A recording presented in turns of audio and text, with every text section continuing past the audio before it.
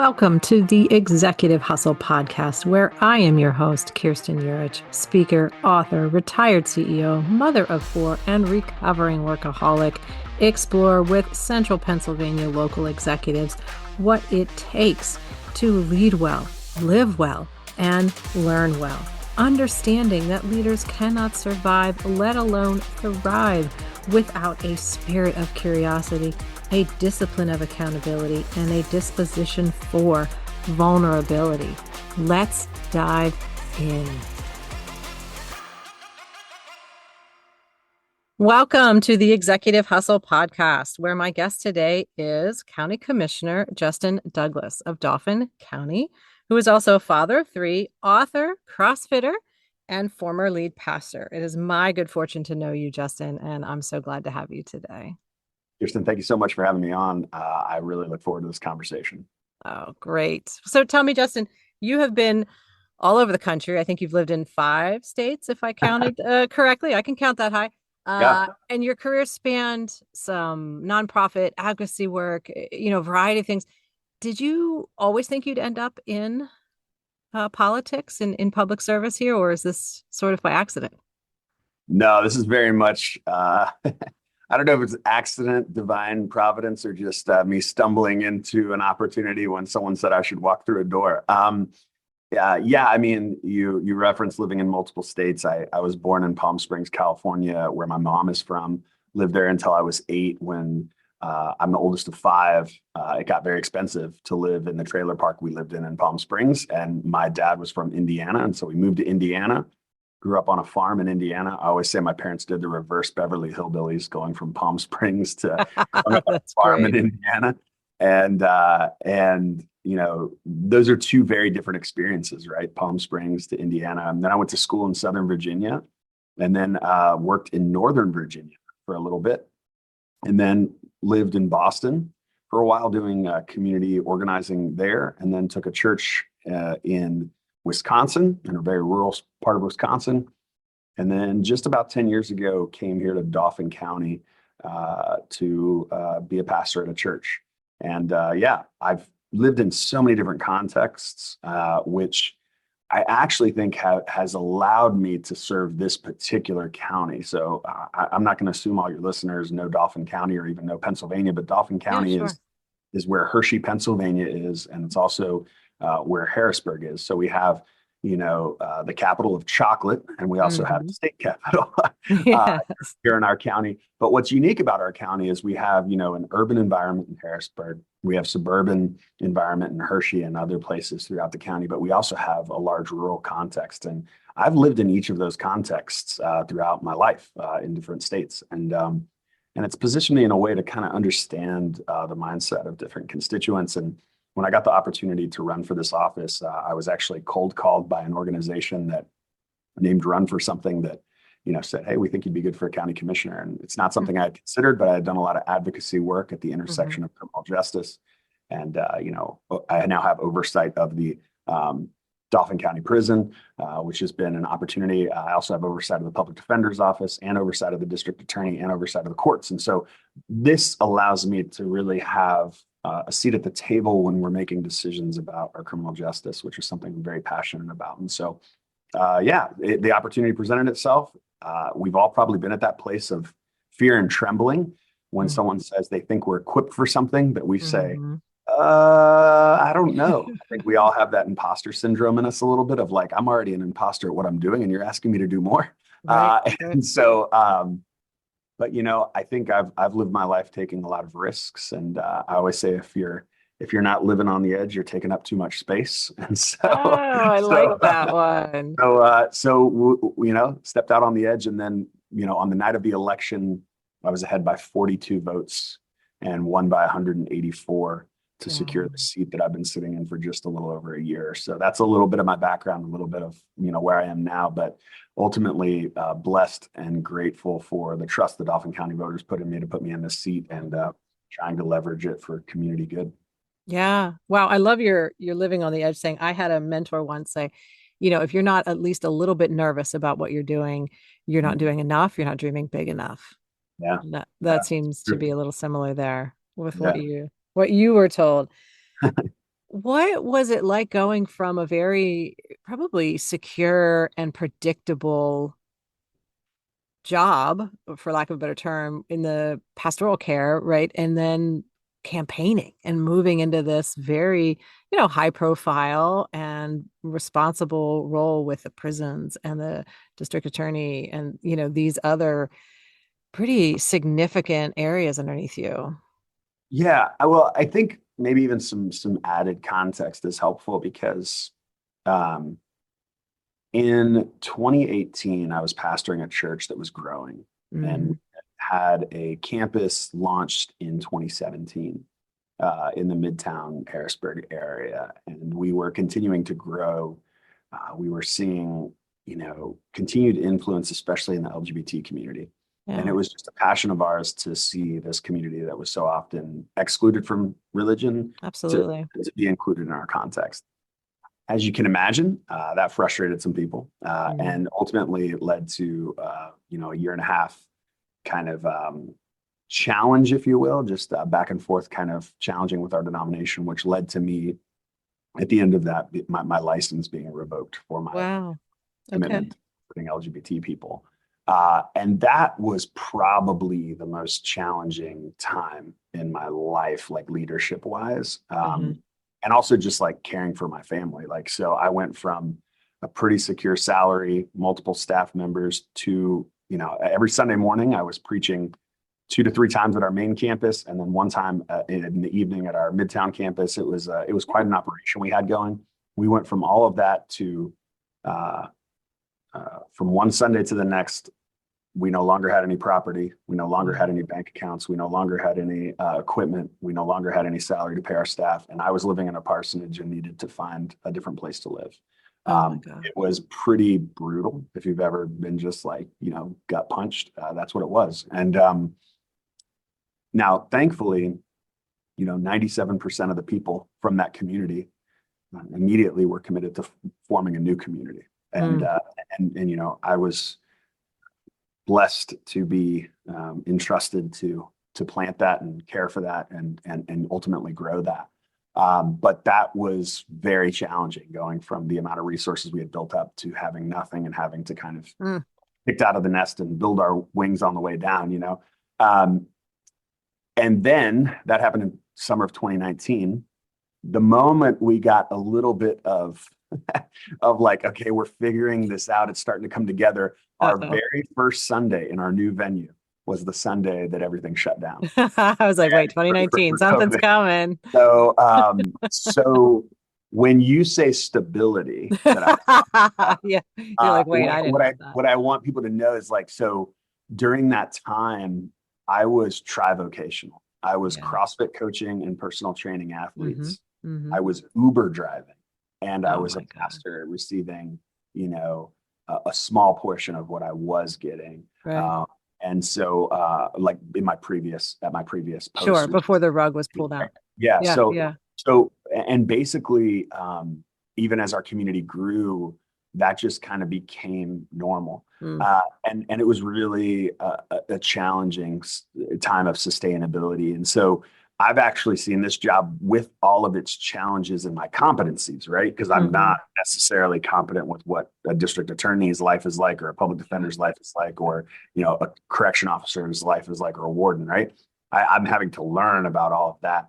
But there is a certain sense of steadiness now of Right. working one job as opposed to juggling three, and an ability to provide for my family that's a little more secure. And so Yeah. that's the trade-offs of leadership. At times those people who are listening to your podcast who are at startup type businesses that are leveraging and risking all kinds of things for a vision that they have. And then there's people that are at more of a, secure, stable position. And I think we lead in different places in those times, and Hmm. those times typically find us more than we find them. And that's been my experience. Yeah. And we really rely on different muscles in those Yeah. different times, right? We're Yep. building to not to take a page out of your fitness background, but we're sort of building different muscles during those different contexts and experiences. And then we can draw upon, the foundation when we move into those different Yep. chapters in our career. So Yep. wow. And I those, liken it. I liken it to this, just a real quick yeah. metaphor. So in CrossFit, as I'm a CrossFit coach, I'll bring this up because, if you do CrossFit, you have to talk about it. It's one of the rules. No. I thought you didn't talk about Fight Club. in CrossFit, like it's general fitness, it's general preparedness. Like we're doing all kinds of different movements and it's general. But when I would coach athletes, like, I coached a soccer player who went on to play in college, like you want to be sport specific with that athlete through what they're going through and what they need, the strengths they need to express in order to be successful in that particular lane that they're living in as a soccer player, right?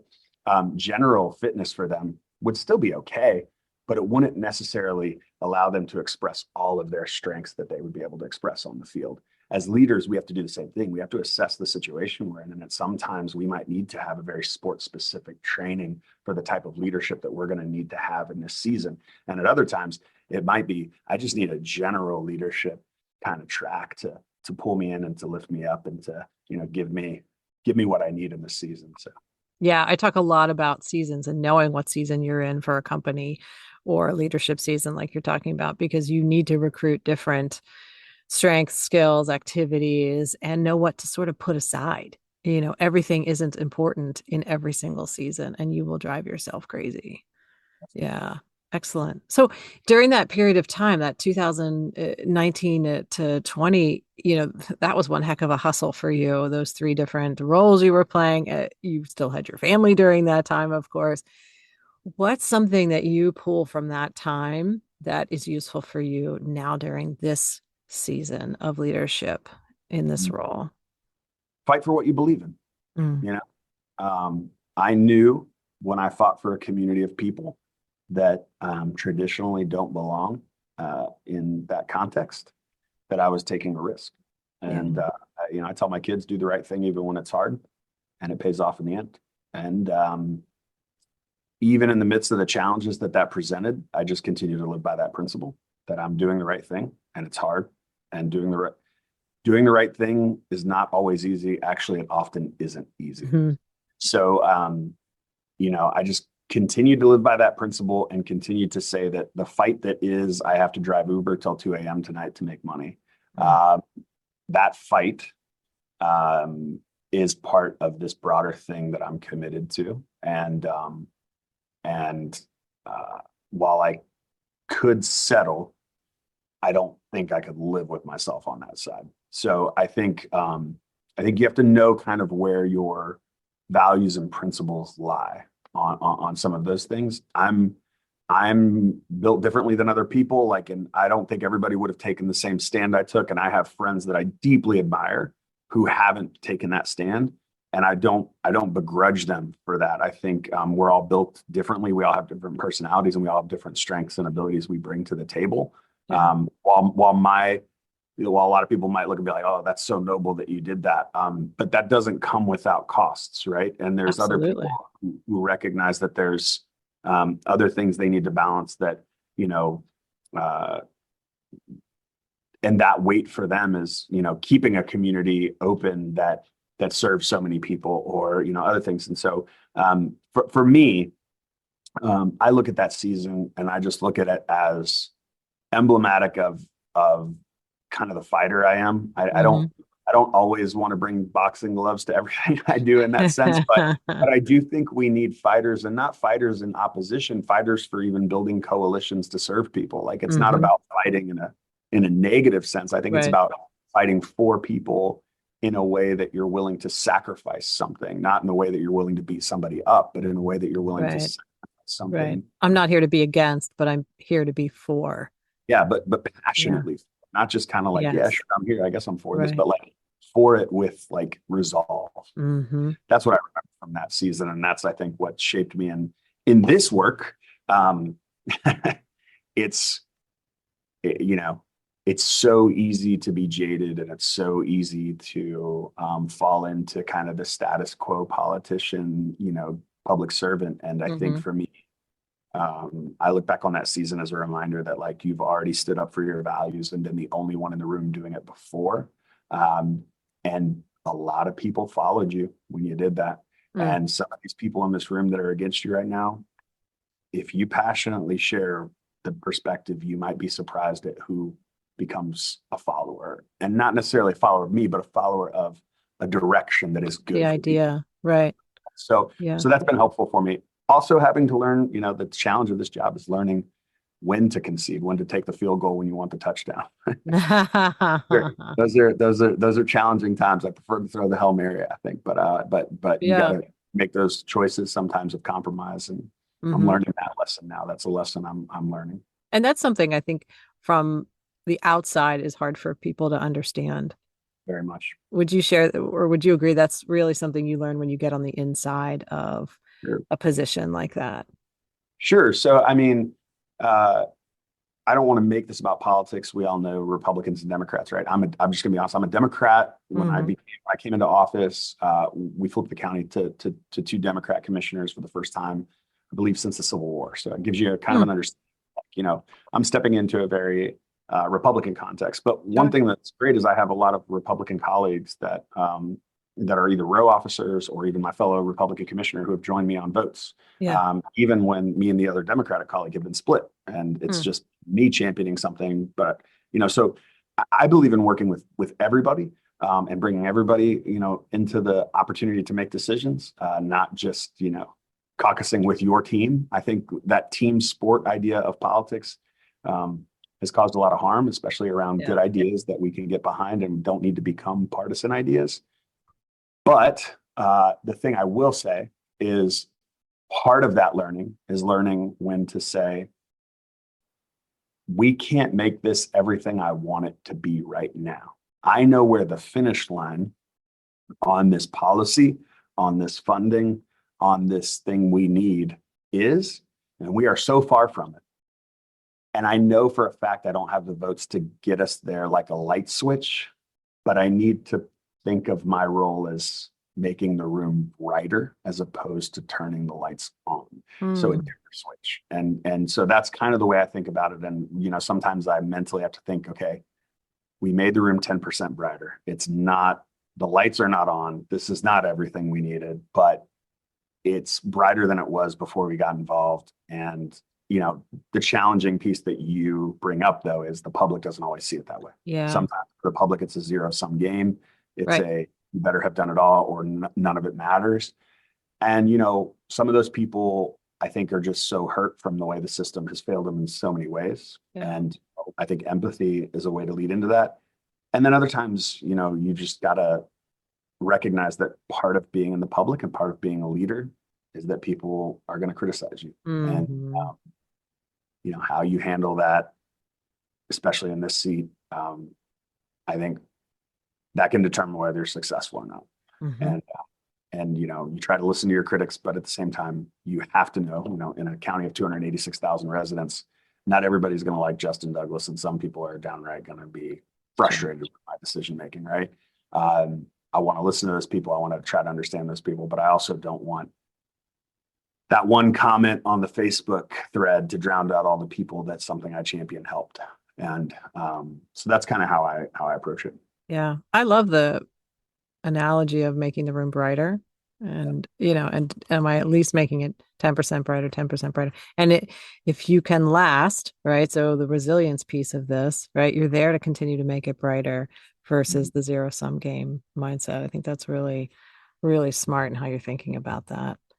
You talk a lot about belonging and bridging societal gaps and things like that. That's been important to you, obviously, with your pastoral career and nonprofit work. How does that show up today in this work and for you at the workplace? Here's an example. Look, our prison in Dauphin County is a real challenge. It's one of the worst prisons in Pennsylvania, maybe even in the nation. We've had a number of deaths in our prison, and we're doing everything we can to make it better. And when I was out on the campaign trail, I'll talk about a failure in a sense, but kind of Yeah. talking about how I've learned to include and to see the belonging of a group that I didn't always see or understand. I talked a lot about inmates. I talked a lot about our inmates at Dauphin County Prison and the Mhm. justice that they served, and the fact that even a sentence at Dauphin County Prison or being held pre-trial, meaning you're innocent until proven guilty, should not be a death sentence, no matter what, right? Mm-hmm. You should get adequate care, adequate provisions, adequate food, and even adequate reentry resources as you reenter society. Because ultimately, I think what we all want our justice system to do is make our communities safer. And we know that when people are educated and when people get opportunity while they're incarcerated, they enter our society for the better. So I talked a lot about inmates. Having been in this job now, I realize the ecosystem that is Dauphin County Prison can only be made better when the people who call that place, that live in that place every day, right? And the people who work in that place every day are cared for, are their perspectives are both included. They matter. The one thing I became educated on, the average lifespan for a correction officer is 59 years old across our country. Oh my. No one should work in a career that takes years off their life, let alone entirely rids them of retired life, right? That is a crazy statistic. And it's, likely related to the consistent demands for overtime because of understaffing, but also the PTSD and the trauma of having to, consistently walk around with your head on a swivel, consistently see things that you can't unsee, right? Yeah. We need better care for our correction officers. We need better resources for our correction officers. We need better pay for our correction officers. So much of this, less demands on overtime. All of these things are things that that I think are, when I think of belonging, a lot of people, I could talk about the fact that the county celebrated Pride for the first time. I can talk about the fact that we got a committee of community members, and most people, when they think belonging, that's kind of the direction they think. And I'm proud of those things. Sure. I also think belonging is about saying we have a whole population of our staff that have a stigma attached to them. Right. That their needs are often at the far back line. And like, how do we see that their needs being met actually make everyone better? The needs of inmates being met make COs' lives better. The needs of COs being met make inmates' lives better. Right. That's what belonging is. Belonging is trying to expand your view, admitting that maybe you excluded people from the table or excluded people from your conscience as you were thinking of how we could solve a problem, and ensuring that you take a moment to center their perspective on how to solve problems. And so it's something I'm committed to because I've just seen the value in it. I've seen that when you do that, it actually works. You get to solutions faster. That's a real powerful story. Yeah. Yeah. We've got a lot of them here in the county. I mean, we've got so many different services. We got 40 departments, and each one of them have stories like that where we can expand our, tent, if you will, and ensure perspectives are, brought into the scope of what we're considering when we're making changes. Yeah. Well, there's a pretty popular business adage that, my number one priority is not my client, it's my staff. Yeah. Right. Or my employee, because when I take care of my employee and my staff, they will take care of my client. And I think that's what I hear from your story with the prison, right? We're focused on the inmate, and yes, we want the outcomes to improve for the inmate, but the actions in which to get that result, we need to shift or broaden that focus. What I hear you saying is to include those correction officers in that focus. Definitely from the advocate side, which is the direction. I always and only saw the lens of the inmate. Yes. Yeah. Now I'm seeing the lens of the correction officer. Right. Wow. I see it as a both and. I don't see it as I don't see, I think both of them having opportunity to have their perspective centered and finding the way in which you serve both of those populations and better the lives of both of those populations. Yeah. You see such better results. Yeah. I mean, it's a customer service issue, right? I mean, the airlines have this issue, right? Any large company that serves a client population, the airline wants happy passengers. Well, they get that through, happy staff that's well taken care of, not working a lot of overtime. They don't want crash planes either, right? Same kind of concept. Most of county government, I've learned, is customer service. Like, we get constituent concerns regularly. Our office gets back to every constituent that reaches out to us.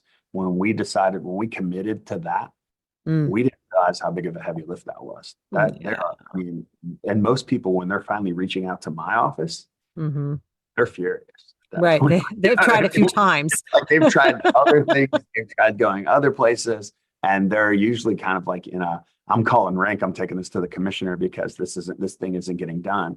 Yeah. Look, that's the challenge of, any public service. Like, whether you're in the private sector and you're serving your Mhm. clients, Yeah. whether you're in the nonprofit world and you're, carrying forth a vision and mission that is serving people.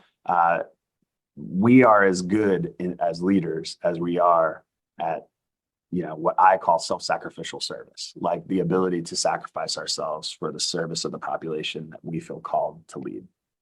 That's when we're the best leaders, is what that's the ethic, at least through which I try to live. So as a recovering nonprofit leader, I want to pull on that thread a little bit. Yeah. I mean, You the, know, the meeting's later tonight, the what? I said the recovery meeting's later tonight. Yeah, okay. So, Douglas and we're going to take some names and numbers later. What would your fitness coach hat, if we put your fitness coach hat on, yeah, for this conversation, yeah. what advice do you have to that leader who is, putting themselves last, right? They are not Yeah. prioritizing themselves. They are pushing themselves for their company, nonprofit or not. Leaders exhaust themselves, especially in Yes. that startup phase you mentioned earlier. Nonprofit leaders, I did it, I saw it, I demanded it, Yeah. until I knew Yeah. better, Yeah. to the expense of my family, to the expense of my staff's families. And there are better ways.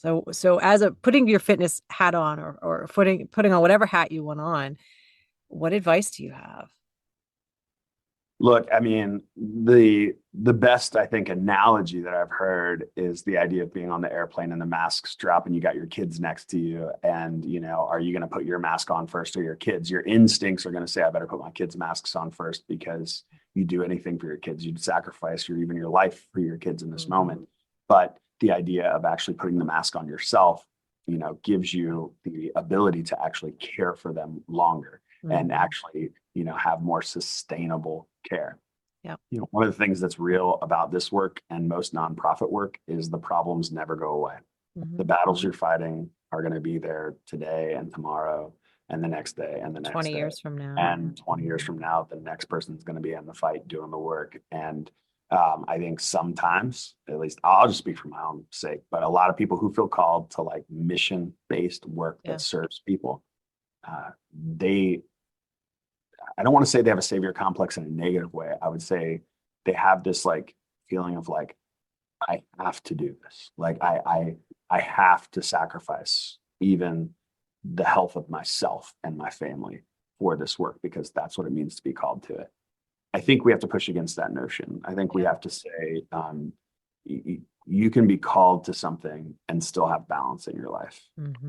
I also think there are times in my life where hustling was the right thing to do, where burning the candle at both ends was the right thing to do. And I consciously knew I was paying for it, but what I was doing was in a season doing that and then stepping away in the next season and getting that rest and rejuvenation that I needed. And so I think there is a way you can acknowledge the need to hustle at times, and the need to push the boundaries. I think you have to know that your life needs to be organized in that way. Like when I talk to an 18-year-old who wants to get into politics and, work for a senator, right? Let's just say you want to work for a senator. Yeah. I know the work-life balance of people who work for senators, you might want to wait until you're done working for a senator to get married. Right. I would say that's probably do it while you're young. You might want to think about, the fact that like, as you expand your commitments outside of that senator's office, you're going to have a real tough time holding the influence that you have in that office and holding, the work that's demanded of you. And so I think understanding the role that you're in and what it demands, because certain roles demand just about everything, whether that's healthy or not. But that's why most people who work for senators work for them for 2, 3, 4 years and then move on to the next more sustainable thing. And so I think of people who go to med school. I have friends that went to med school. It's one of the most unhealthy things to go to med school, which is kind of hilarious when you think these are hard doctors, right? But like the hours they have to pull, the ways in which they have to do things. It's like, but if you want to become a doctor, you have to endure this very challenging thing that forces you to have this level of grit that you're probably going to need when you get into that profession. And so, boot camp's the same thing. You go through boot camp. So I think of a CrossFit workout. It's like in the middle of a CrossFit workout, all you want to do is stop. Like all you want to do is stop. You're selling it now. But when it's over, here's the thing that's interesting. When it's over, you feel a sense of accomplishment. You feel a sense of pride. And you feel a sense of like collectively, we did something hard together this morning. Like I work out early in the morning. Collectively, we did something hard together this morning. And it actually makes the next hard thing I have to do easier because I know I've already endured something hard. Do the hardest thing first. Yep. Yes, do the hardest thing first. And so I think of that when I think of like the people who are committed to a season of doing something hard. I just think what ends up happening in the American way, the Western way, is that we say, well, I'm just going to do this hard thing for the season. And that season becomes multiple seasons, multiple years, multiple decades, and multiple marriages get sacrificed. They must live in a state where there's no seasons. Well, they need to move to Pennsylvania where we have seasons, right? So they actually know how long a season is. Then you know. Except for March. The sad thing is a pastor. I've seen people put their profession above their family, put their profession above everything, and while they might be incredibly successful in their profession, they've sacrificed on the other side. At what cost?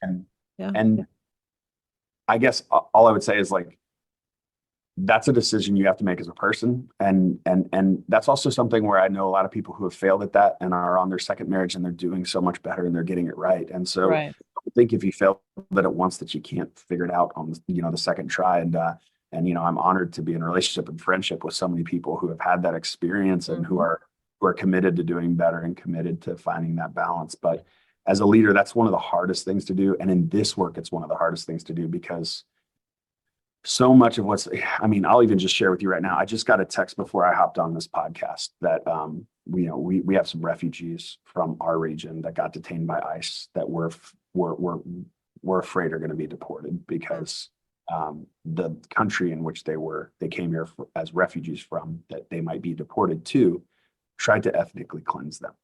So this is not a good situation. It's a very bad situation. So, I can get a text in a moment about them being on an airplane headed for a fate that we don't know. And these are my residents. These are my constituents. And that's not the kind of thing that you're like, well, work starts tomorrow at 8:30. I guess I'll get to that text. You know what I mean? It's the kind of thing where you drop everything and you say, son, I'm going to have to miss your game tonight, But I think it's about trying to figure out what those things are. And the first year in this role, I said and what yes they're not. to things that weren't urgent. And what they're not. Good urgent, point. Yep. But not having the experience in this role, it was really hard to discern. So I've been able to hit the pause button more frequently as I've learned like what actually is the and as a new leader, you're also getting your credibility up and and you had a lot of new relationships to form and things like that. So in year one, maybe there are a lot more yeses than there are nos for that reason. But again, you only have one year one, right? You only have 1 year one. And again, that moves on. Wow. So pushing back on have to and knowing that it is a season, that's, I think I asked for you what your advice is, and I think that's what I heard through there. It's just, make sure it's a season. We can hustle, right? Yeah. But your whole life should not be a hustle. Yeah. And have goals, have end dates. Like what are you hustling for? Are you just hustling because the tyranny of the urgent that's on your desk today? Hustle towards something. Hustle towards something. And then you completed what you were hustling toward. And so have something that is your goals written out that keep you, on task. I have next to me here the Daily Stoic, which I try to read every day. But I also have this Finisher's Journal that I have that has listed in it different different goals, and it keeps me on task of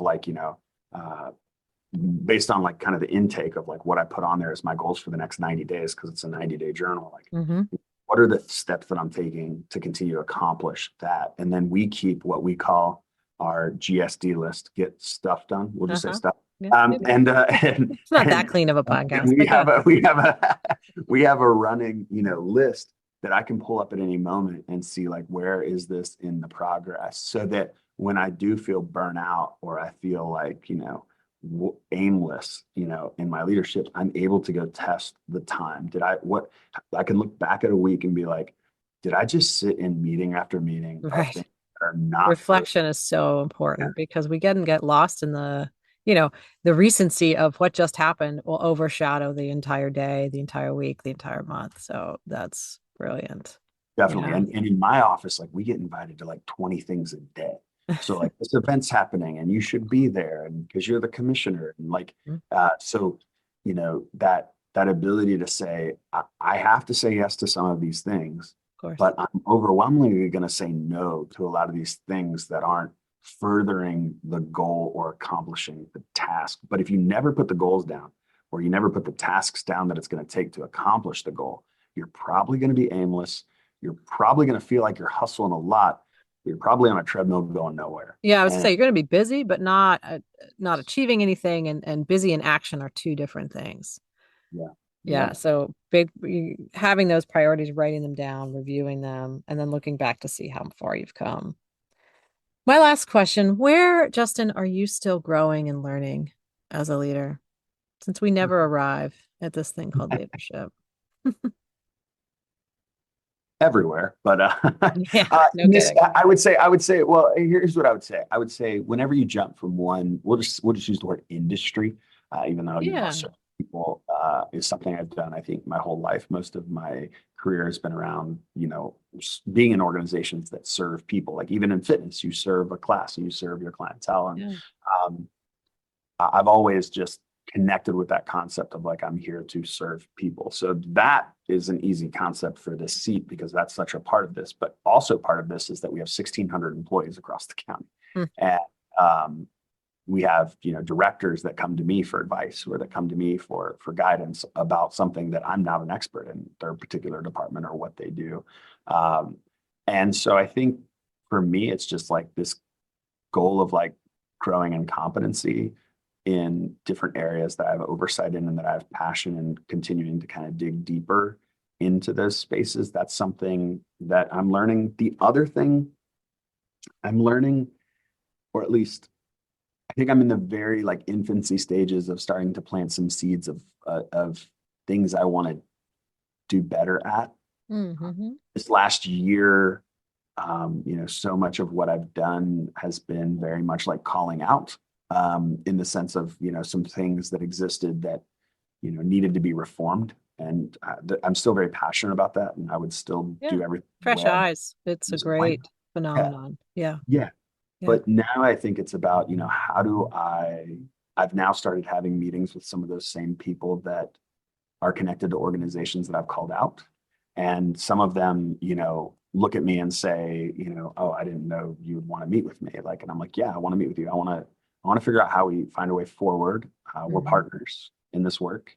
I understand I haven't been impressed by decisions or things that you've done in the past, but the past is the past and the future is the future. And, how do we find a way to build trust and to not be rivals, but be, collaborators in the work that furthers Dauphin County. And so that has been challenging for me as Hmm. a leader, because I know often in work and just in life, when someone is our rival, when someone is on the other side, when someone abuses our trust, um, it's easy to write them off, uh, Hmm. and not choose the harder road to travel, which is trying to find the fruit amid all the seeds, right? That could be Yeah. good in restoring this relationship. Now that's a two-way street. That's not just me. If they don't want to restore that, they don't want to see the reform that's good for everybody. And I'm going to stick to my principles. But there's also a lot of people who do value some of the reforms, but have you know have to upgrade to that operating system too, and it takes time, right? And so being more gracious and giving people the opportunity to, continue to be part of the solution, that have been part of the solution in the past, but need to adopt kind of some of the new principles. That's something I'm working on. I have not figured that out yet, but I'm trying. Right. That's a new conversation to have. And those are new muscles, even for that organization that, originally was pushed away and sort of called out, and now to be called back in, but with new sets of expectations. Yeah. Right. Yeah. That's a whole new ball of wax there. That's great. Okay. So I lied. I do have one more question. What is your favorite CrossFit exercise and why? Oh, shoot. My favorite CrossFit exercise and why? The clean and jerk. So like you take a barbell off the ground and you put it into like the front rack. So like on your collarbone kind of with your elbows up, and you do a squat. And then once you stand it up, you do a jerk, you push it over your head and split jerk, like you split your legs. It's like Olympic lifting. If you've seen Olympic lifters lift, I'd say that's probably one of my favorites. So CrossFit blends gymnastics, weightlifting, and like monostructural movements like running. And not a big fan of running. And nope, I'm allergic to it actually. I'm a polar bear, so gymnastics aren't great. I'm a big boy. So weightlifting stuff is what I tend to be decent at, and what I tend to enjoy. So that's kind of awesome. That's my favorite. Yeah. Well, I think I would probably crush myself if I tried that, but you do great. CrossFit's for any and everybody. That's the way I say it. But, well, great. Well, you sold me. That's awesome. Oh, Justin, this has been a great conversation. I've thoroughly enjoyed it. I really appreciate your time. I know you are incredibly busy serving the community. I will just sum up 3 things that I really feel the listeners will take away. I'm sure they'll take away a lot of things. I love how we talked about seasons. We talked about seasons in a couple of different ways, but really being deliberate about the muscles that you're building in the current season, and just pausing, acknowledging that you're building particular muscles that you're going to draw upon in your next season. And not necessarily thinking that you're toiling away for naught in those busy hustle seasons. I'm definitely going to quote you that if you're not living on the edge, you're taking up too much space. So that's beautiful. I love that one. And that this idea of belonging is expanding your viewpoint of who needs to be at the table. And I think that's a really great way to think about it. And there's so many opportunities for leaders to probably apply that way of thinking about belonging in terms of who do they have at the table when they're making decisions, when they've made a decision and need to communicate it out, who needs to be at the table when they're talking about that. So lots of different applications for that one. So love it, love it, love it. If people want to know more about you or Dauphin County, where can they go? Yeah, well, first, let me say this. Thank you for this platform. Thank you for this opportunity to have this conversation, because I do think conversations like this, even with your friends and other leaders over coffee, if you're listening to this, these are the places where that iron sharpens iron and you get stronger. I learned something today, you learned something, and hopefully the people who listen to this learn something. But don't just do that. Go talk to other leaders. Go learn from other leaders. This is the beautiful thing about leadership, that we grow together when we grow best. Yep. And so thank you for everything you're doing with this. If you want to follow me, obviously, if you want to learn more about my county that I serve in, it's dauphincounty.gov. Would love for you to go see our website and learn more about what we do. Certainly, if you're a constituent and you're in Dauphin County, I would love for you to learn more about what the county can provide you. If you're on Instagram, you can follow me at Commish Douglas, and I would love to connect with you there. And also on LinkedIn, you can find me, Justin Douglas, on LinkedIn. So. Awesome. And I'll have that in the show notes. So great. Thank you so much. Folks can find it there. Thank you so much again, Justin. Have a great day.